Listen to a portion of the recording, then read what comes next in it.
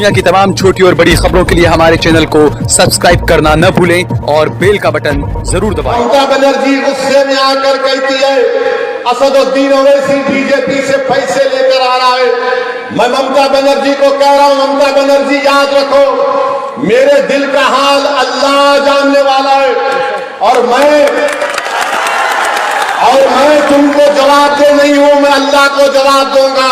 मगर ममता बनर्जी तुमको एक बात बता रहा हूं, मैं मालदा को आया हूं, बंगाल को आया हूं, जब तक जिंदा रहूंगा बंगाल को आता रहूंगा, मंजलिस को मजबूर करता रहूंगा, यहाँ के गरीब आवाम के इंसाफ का मुतालबा करूंगा, यहाँ के गरीब आवाम के हक को दिलाऊंगा। और ममता बनर्जी बताओ, अगर तुम्हारे पास प्रूफ है मुझे पैसा मिला है तो मैं तुमको कह रहा हूं ममता बनर्जी, जितना भी पैसा मुझे मिला मैं 99% तुम्हारे भाइयों को दे देता हूं, तुम रख लो उसको। ममता बनर्जी ने बंगाल में करप्शन को आम कर दिया, कोई गरीब का काम नहीं होता जब तक पैसे दिए, और ममता बनर्जी पैसों की बात हमसे करती है। ममता बनर्जी क्या कहती है? माइनॉरिटीज कहती है ममता बनर्जी, माइनॉरिटीज मुत्तहिद हो जाओ और मुत्तहिद होकर वोट दो।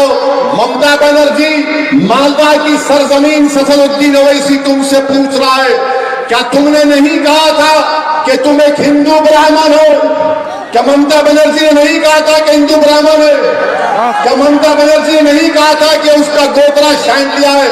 तो ममता बनर्जी हिंदू ब्राह्मण से नहीं कहती, जिसका गोत्रा छांट लिया उनसे नहीं कहती कि आप मिलकर मेरे को वोट दो, मगर माइनॉरिटी से कहती है मिलके वोट दो, मेरे को वोट दो। ममता बनर्जी हो या कांग्रेस हो, याद रखो आज तुमसे हम डरने वाले नहीं है, हम अपने हक के लिए लड़ेंगे। मेरे अजीज दोस्तों और बुजुर्गों, ममता बनर्जी भारत की रानी नहीं है, नरेंद्र मोदी भारत का राजा नहीं है, वो वक्त खत्म हो चुका राजा और रानी का, अब देश की जनता राजा और रानी है। मैं आपसे अपील कर रहा हूं कि आप मुत्तहिदा तौर पर अपने वोट का इस्तेमाल करिए। ममता बनर्जी असदुद्दीन ओवैसी को गाली देती है, ममता बनर्जी को ख्वाब में भी ओवैसी नजर आता है। मुबारक हो ममता बनर्जी आपको, आप जितना मेरा नाम लेंगे, जितना मेरे नाम से कहेंगे अच्छी बात है, क्योंकि ममता बनर्जी देख चुकी है कि जिस जगह पर मंजलिस जाती है, जिस जगह पर ओवैसी जाता है, ओवैसी पीछे हटने वाले का नाम नहीं है। ममता बनर्जी कहती है कि हैदराबाद से एक आदमी आया है पैसे लेके, ममता बनर्जी को नहीं मालूम, हैदराबाद की तारीफ ममता बनर्जी नहीं जानती है। हैदराबाद का एक शख्स था जिसका नाम अहमद हसन सफरानी था, ये वो अहमद हसन था जिसने नेताजी सुभाष चंद्र बोस के साथ जर्मनी में था, ये वो हैदराबादी था जिसने नेताजी सुभाष चंद्र बोस के साथ जर्मनी से एशिया तक सबमरीन में था, ये वही हैदराबादी जिसका नाम अहमद हसन सफरानी है जिसने जय हिंद का नारा दिया था। ममता बनर्जी हम वो लोग हैं जिन्होंने भारत को जय हिंद का नारा दिया था। ममता बनर्जी बीजेपी का डर दिलाती है, ममता बनर्जी ने बीजेपी को बंगाल में लाया, ममता बनर्जी ने अटल बिहारी वाजपेयी गवर्नमेंट की तारीफ की, ममता बनर्जी ने आरएसएस से समझौता किया। 5 साल पहले जब यहाँ पर असेंबली इलेक्शन हो रहे थे तो ममता बनर्जी और बीजेपी का अलायंस था। ममता बनर्जी कहती है कि मुसलमान गाय की तरह है, गाय हमको दूध देती है, कभी लात मारे तो उसकी फिक्र नहीं करना चाहिए। ममता बनर्जी हम इंसान हैं, हम गाय नहीं है। बंगाल का मुसलमान हो या दलित हो या कोई हो, वो इंसान है, मगर आप गाय के रूप में देखती हैं। आपने हमसे दूध पी लिया, खुद पी गए, जब मलाई की बात आई तो भाई को मलाई भी खा लिया, मिष्टी दोई निकाल ली हमसे और भाई को और आप मिलके खा गए। हमको क्या मिला? ना स्कूल मिला, ना नौकरी मिली, ना कॉलेज मिला, ना अस्पताल मिला, ना ड्रेनेज लाइन मिली। हमको क्या मिला? हमको जेल मिली, हमको जेल मिली। 27% मुसलमानों की आबादी बंगाल में, कितने नौकरियां दिए लेफ्ट कांग्रेस और ममता बनर्जी ने? 6% नौकरी गवर्नमेंट में, कितने जेल में 37%, 37%। और मुझ पर उंगलियां उठाते हैं, ये मिलावा है, मैं मिलावा नहीं, तुम मिले हुए हो, तुम में मिलावट है। ये कांग्रेस, ममता बनर्जी, मोदी में कोई फर्क नहीं है, सब एक दूसरे के भाई बहन हैं। ये हमको बेवकूफ बना रहे हैं। मैं आपसे अपील कर रहा हूं कि अपने मुत्तहदा, अपने वोट को इस्तेमाल करिए। ये डेटा आपके सामने है, ये बर्बादी आपके सामने है। अगर आपको इससे मुकाबला करना है तो मेरी आपसे अपील है कि आप यहां से मजलिस इत्तेहादुल मुस्लिमीन के अपने अपने वोट का इस्तेमाल करिए। ये कांग्रेस खत्म हो चुकी है, कांग्रेस में दम नहीं है, कांग्रेस खत्म हो चुकी है। यहां बंगाल में कांग्रेस और लेफ्ट मिलके लड़ रहे हैं, केरला में एक दूसरे के खिलाफ लड़ रहे हैं। कन्नूर में एक मुसलमान का कत्ल हो गया लेफ्ट यूडीएफ के, किसने मारा? लेफ्ट ने मारा। मगर यहां बंगाल को आएंगे तो कांग्रेस और वाम एक हो जाते हैं। मेरे भाई, बीजेपी अगर बंगाल में आई तो ममता बनर्जी की वजह से आई। 18 लोकसभा के सीट बीजेपी जीती। और आपसे एक सवाल करता हूं, मौसम नूर को आपने वोट नहीं दिया?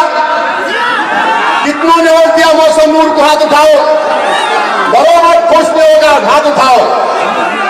फिर कैसा जीती बीजेपी? मैं तो नहीं था ना, मैं तो नहीं लड़ा ना इलेक्शन। आज ममता बोल रही है ओवैसी आया, ओवैसी, अरे ओवैसी दूल्हा है, आते रहेगा इंशाअल्लाह ताला। मौसम नूर क्यों हारी? इसलिए हारी कि ममता बनर्जी के लोग खुद बीजेपी को वोट दिए, इसलिए मौसम नूर हार गए। अब आपसे अपील कर रहा हूं कि इस इलेक्शन में आपको अपील कर रहा हूं कि आप मेरे भाई को कामयाब करिए। ये हमारा गरीब है मगर दिल का अमीर है। ये टीएमसी के हुंडों से नहीं डरता, ये सिर्फ अल्लाह से डरता है। मेरी आपसे गुजारिश है कि बीजेपी को भी हराना है। कौन कह रहा है बीजेपी को मत हराओ? मगर पार्लियामेंट में क्या ममता बनर्जी, जब हम वोटिंग का मुतालबा किए थे ट्रिपल तलाक का, तो ममता बनर्जी के एमपी भाग गए। सिटीजन अमेंडमेंट बिल आया तो ममता बनर्जी के 8 एमपी नहीं थे। आपके सामने बात कह रहा हूं, ये कांग्रेस का उम्मीदवार, पूछो इससे। नरेंद्र मोदी गवर्नमेंट की अनलॉफुल एक्टिविटीज प्रिवेंशन का कानून लाया गया, ये कांग्रेस पार्टी ने उनका साथ दे दिया। बीजेपी को रोकना है मगर ये भाई बहन की जोड़ी नहीं रोक सकेगी। ममता बनर्जी, नरेंद्र मोदी भाई बहन की जोड़ी है। ये एक तरफ भाई है, एक तरफ दादा, एक तरफ दीदी है। इन्हों दीदी बोलते हैं, उन्हों दादा बोलते हैं। ये ड्रामा कर रहे हैं। ममता बनर्जी सर पे ओढ़ के अल्लाहू अकबर, ला इलाहा इल्लल्लाह मुहम्मद रसूलुल्लाह। और वो गरीब बेचारा, कितना अच्छा अच्छा नहीं है, स्कूल तो नहीं मिला, कुछ डेवलपमेंट नहीं हुआ, हमारा लेबर बाहर जाकर काम करता उसकी फिक्र नहीं है। और नरेंद्र मोदी तो माशाल्लाह लंबी लंबी छोड़ते हैं। आपने देखा कि नरेंद्र मोदी ने, बीजेपी ने फोटो लगाई परसों 2-4 दिन पहले, नरेंद्र मोदी के बाजू एक आदमी सर पे टोपी पहना हुआ है, देखा ना फोटो? देखा आपने? मोदी के बाजू एक सर पे टोपी है और नरेंद्र मोदी से कान में सब कुछ कह रहा है, देखा ना फोटो? हमारे मीडिया के दोस्तों ने पूछा, ओवैसी क्या कहोगा वो मुसलमान? मैंने कहा मुझे नहीं मालूम वो मुसलमान है नहीं, आपको मालूम तो नाम बताओ, बंगाल में कहां रहता है? तो बोले क्या बोला होगा? मैंने कहा होगा मोदी जी मेरी तरह की टोपी कब पहनेंगे अपने सर पे, देश में कब टोपी? इसने पूछा और क्या कहा? तो मैंने कहा, उसने कहा होगा मोदी जी हम बांग्लादेशी नहीं है, हम भारत के हैं। ये बीजेपी ड्रामा करती है और ममता बनर्जी की वजह से बीजेपी यहां पर मजबूत हो रही है। मेरी आप तमाम से गुजारिश है कि अपने वोट का इस्तेमाल करिए और इंशाअल्लाह ताला टीएमसी की गुंडागर्दी का खात्मा होगा। तारीख बताती है कि फिरौन और नमरूद को भी बड़ा गुरूर था अपनी ताकत पर। सुनो ममता बनर्जी, इख्तिदार, ताकत, पावर किसी के पास नहीं रहता। आज आपने गरीबों पर जुल्म किया है, आपने गरीबों को उनका हक नहीं दिया है। अब आपसे भी मुकाबला होगा, बीजेपी को भी हराएंगे और बंगाल में इंशाअल्लाह ताला मजलिस इत्तेहादुल मुस्लिमीन का परचम लहराएगा। मेरी आप तमाम से गुजारिश है कि रमजान का महीना होगा, खूब दुआ करेंगे आप। रमजान के महीने में आपको वोट डालना है, अल्लाह की रहमत जोश में होगी। खूब दुआ करो कि अल्लाह हम मजलूम हैं, इन जालिमों का जुल्म खत्म कर दे। खूब दुआ करो अल्लाह से कि परवरदिगार हम गरीबों पर रहम करना और हमको छुटकारा दिला दे इन जुल्म करने वालों से। और आपसे अपील कर रहा हूं कि अपने के कोर्ट का इस्तेमाल करिए, डरने और घबराने की जरूरत नहीं है। अल्लाह हमारे साथ है, अल्लाह हमारे लिए काफी है। मजलिस इत्तेहादुल मुस्लिमीन आपकी जमात है। मैं यहाँ पर आया हूँ और इंशाअल्लाह बार बार आता रहूंगा। मैं आपके दरमियान में था, आपके दरमियान में जिंदा रहूंगा और जब इस दुनिया से जाऊंगा तो तुम्हारे कंधों पर जाऊंगा कब्रिस्तान को। मगर सुन लो जालिम लोगों, जो इख्तिदार की कुर्सियों पर बैठकर मजलूम अवाम को डरा रहे हैं, अब हम डरेंगे नहीं, हम पीठ नहीं दिखाएंगे, अपना सीना दिखाएंगे, अपना हक मनवा कर रहेंगे। भारत की जमहूरियत हमको अपना हक मनवाने का मौका देती है। ये वोट आपकी एक अमानत है, इसको अच्छी तरह इस्तेमाल करते हुए अपने पार्टी के कैंडिडेट को कामयाब करिए। और आपसे अपील करने आया हूं कि बंगाल में पिछले 60 साल से आपने कभी टीएमसी को, कभी कांग्रेस को, तो कभी लेफ्ट को वोट दिया। आपने इन तीनों पार्टियों का आजमा दिया। इन तीनों ने आपसे कहा था कि हम आपका डेवलपमेंट करेंगे, आपके बच्चे और बच्चियों के लिए स्कूल बनाएंगे, कॉलेज में पढ़ाई का इंतजाम करेंगे, नौकरी देंगे, अस्पताल बनाएंगे और यहाँ पर बहुत सी बातों का आपसे वादा किया गया था। मेरे भाई जरा बैठ जाइए। मगर आज आप देखते हैं कि मजलिस इत्तेहादुल मुस्लिमीन इस बंगाल के असेंबली के इलेक्शन में सिर्फ 6 सीट पर इलेक्शन लड़ रही है, तो ममता बनर्जी के सर में दर्द हो रहा है, बाम और लेफ्ट के पेट में दर्द हो रहा है और नरेंद्र मोदी की नींद हराम हो चुकी है। मेरे अजीज दोस्तों और बुजुर्गों, आप जानते हैं कि बंगाल में मुस्लिम अक़लियत हो या दलित हो, इन कमजोर तबकात से इंसाफ नहीं हुआ। भारत के संविधान में हमको इस बात की इजाजत दी गई कि भारत का संविधान ये कहता है कि सबको उसका हक मिलना चाहिए। राइट टू इक्वालिटी भारत के संविधान में फंडामेंटल राइट है। मगर आज आप देखते हैं कि राइट टू इक्वालिटी के नाम पर अगर किसी को फायदा हुआ और किसी का नुकसान हुआ, तो जिस किसी को इख्तिदार मिला, सत्ता मिली, जो मुख्यमंत्री बन गया, चीफ मिनिस्टर बन गया, उसका फायदा हुआ। मेरे भाई, आपसे मैं अपील करने आया हूं कि आप जानते हैं कि बंगाल में मुस्लिम माइनॉरिटीज का जो शेयर मिलना था वो उनको नहीं मिला और इसी वजह से आप देखते हैं कि बंगाल में 15% मुस्लिम माइनॉरिटी के बच्चे जो 6 और 14 साल की उम्र के हैं वो स्कूल में नहीं है। 15% 6 और 14 साल के मुस्लिम बच्चे और बच्चियां स्कूल में नहीं है। इसकी वजह क्या है? इसकी वजह यह है कि कांग्रेस ने, टीएमसी ने आपके बच्चे और बच्चियों के लिए स्कूल नहीं बनाया। आप जानते हैं कि एक जिले में कितने सेकेंडरी और हायर सेकेंडरी स्कूल होने चाहिए, मगर आपको जानकर तकलीफ होगी कि मालदा जिले में सबसे कम स्कूल और हायर एजुकेशन के स्कूल है।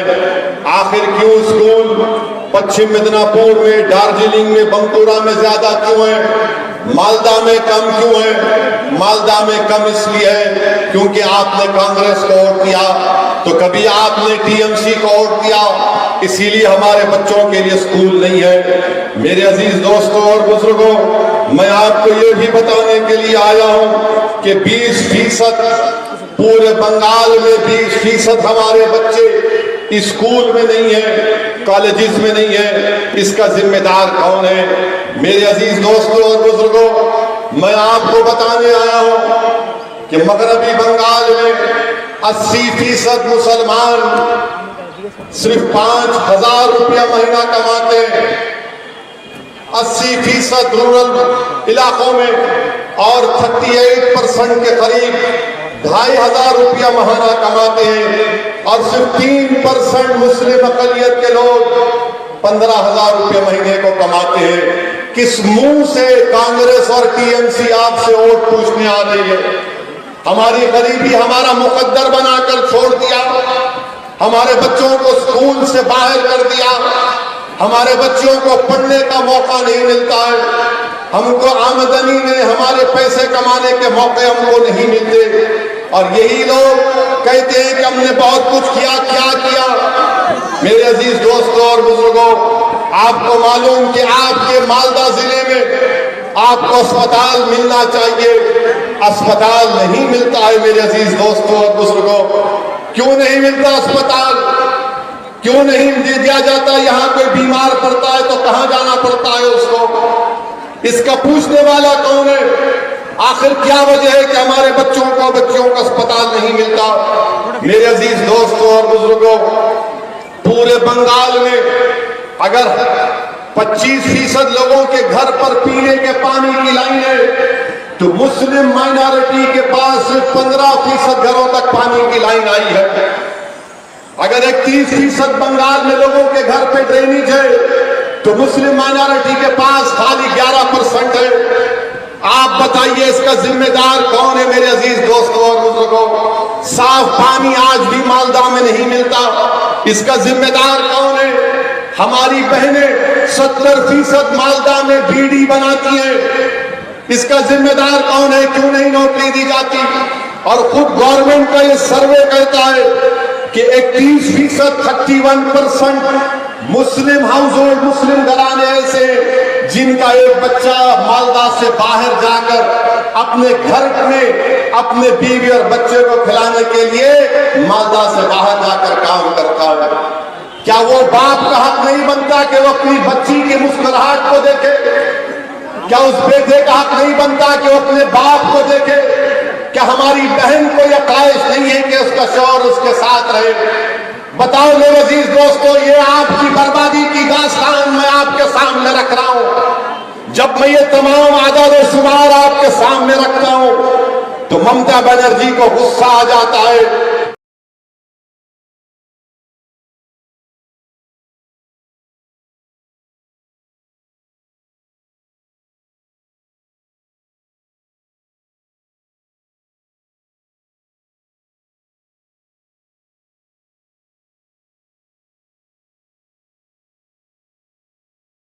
आप देख रहे हैं देश लाइव, देश की आवाज।